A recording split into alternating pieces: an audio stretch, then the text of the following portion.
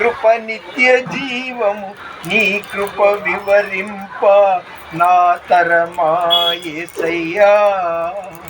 నీ కృప నిత్యముండును, నీ కృప నిత్య జీవము, నీ కృప వివరింప నా తరమా యేసయ్యా. నీతిమంతుల గుడారాలలో వినబడుచున్నది రక్షణ సంగీత సునాదము.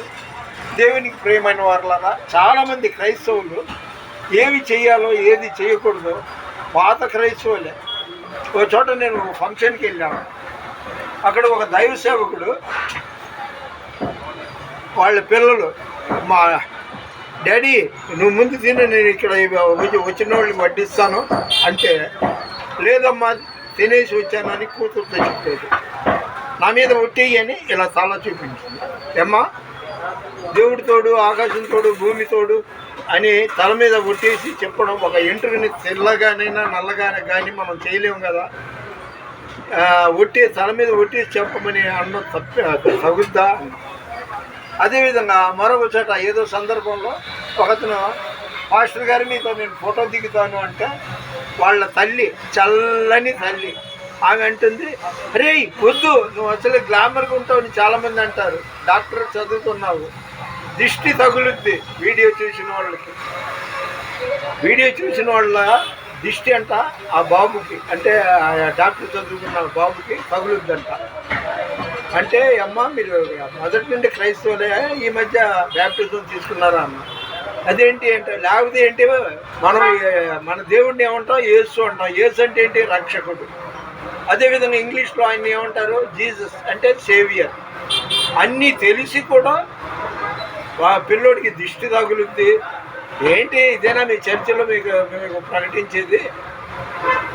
నీకు విరోధంగా రూపింపబడిన ఏ ఆయుధము వర్ధిల్లదు అని రోమా 16:20 ఉందా? దేవుడే ఆ మాట చెప్తున్నాడు.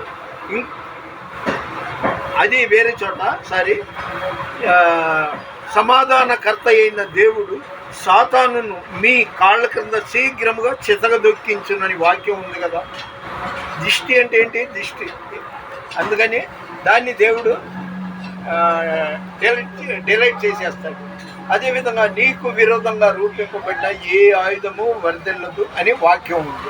ఇన్ని తెలుసు కూడా దిష్టి తగులుద్ది, నరఘోష ఉందని మనం క్రైస్తవులు అనకూడదు అన్నాను.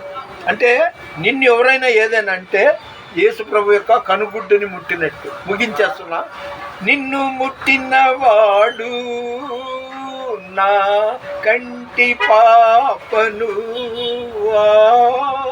నిన్ను ముట్టినవాడు నా కంటి పాపను, ముట్టినని సెలవిచ్చిన దేవుడు కాచెను గతకాలం, ఇహలో కాచెను గతకాలం, కృపలను తలంచుచు ఆయుష్కాలమంతా ప్రభుని కృతజ్ఞతతో స్తుతింతు. హల్లెలూయా. మన వినికిడిలో అన్నట్టు వాళ్ళ తారీఖు చెప్పాలి. ఈరోజు December 27, 2024 ఫ్రైడే మార్నింగ్ 10 o'clock. మన వినికిడిలో దేవుడి కొన్ని మాటలు దీవించును గాక. దేవుని పరిచర్యలో మీ రత్నం ఫ్రాన్సిస్. God bless you.